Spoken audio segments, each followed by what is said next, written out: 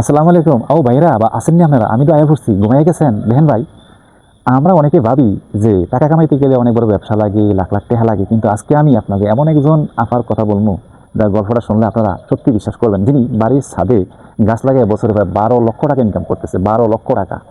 এই আপার নাম হলো শারমিন আক্তার। এই যে দেখতেছেন এই নারী, উনি দেখিয়ে দিয়েছেন, আঙ্গুল দিয়ে আমাদেরকে দেখিয়ে দিয়েছেন, আমাদেরকে বুঝিয়ে দিয়েছেন চেষ্টা থাকলে সবই সম্ভব। ওনার বাড়ি হলো রাজশাহীতে। 2022 সালে উনি কী করছেন, শখের বসে ছাদে কয়েকটা গাছ লাগাইছেন।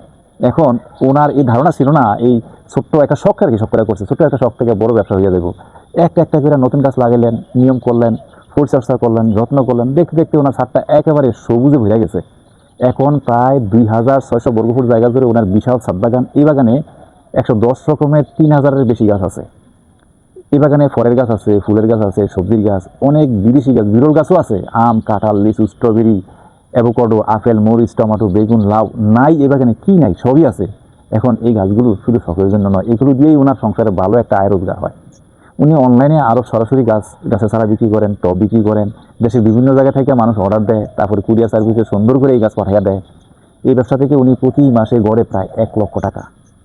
একবার ভেবে দেখছেন, আর বছরে প্রায় 12 লাখ টাকা আয় করেন। শুধু তাই না, ওনার এই ব্যবসায় আরও কয়েকজন মানুষের চাকরির ব্যবস্থা, কর্মসংস্থানের ব্যবস্থা রয়েছে। কিন্তু ভাই, এই জায়গায় আসা এত সহজ ছিল না। শুরুতেই অনেক মানুষ ওনাকে নিয়ে হাসাহাসি করতো, কইছে সাদিয়া তো গাছ লাগে কী হইব, কী হয়েছে, সময় নষ্ট করতেছো। কিন্তু শারমিন আপা কারোর কথায় কান্দা নাই, নিজের কাজ নিজে কইরা ধৈর্য ধারণ করছে। আজকে তিনি এই অবস্থায় আসছে।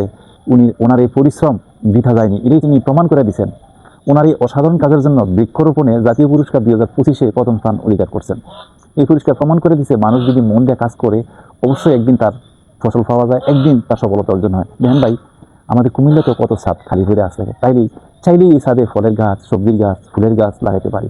নিজের পরিবারের জন্য নিরাপদ খাবারও হইব, আবার চাইলে অতিরিক্ত গাছ বিক্রি করে বাড়তি আয়েরও একটা সুযোগ হবে। তাই এই গল্প থেকে আমরা একটা জিনিস শিখতে পারছি, ছোট্ট করে শুরু করেন, কিন্তু স্বপ্নটা বড় রেখে নিয়মিত পরিশ্রম করেন, ধৈর্য ধরেন, ইনশাল্লাহ একদিন আপনিও সফল হইবেন। ভিডিও যদি ভালো লাগে তাহলে একটা লাইক দিন, শেয়ার করিয়া অন্যদের জানাইয়া দেন। আপনার মতামত কমেন্ট অবশ্যই লিখে দিবেন। সুস্থ থাকবেন, ভালো থাকবেন। আর আমি পরামর্শ দিব, এই ধরনের ছাদ বাগানে আপনারা উদ্বুদ্ধ হন, আপনারা কর্মসংস্থানের ব্যবস্থা করেন। একদিন আপনারাও এই শারমিন আপার মতো হইতে পারবেন আশা করি।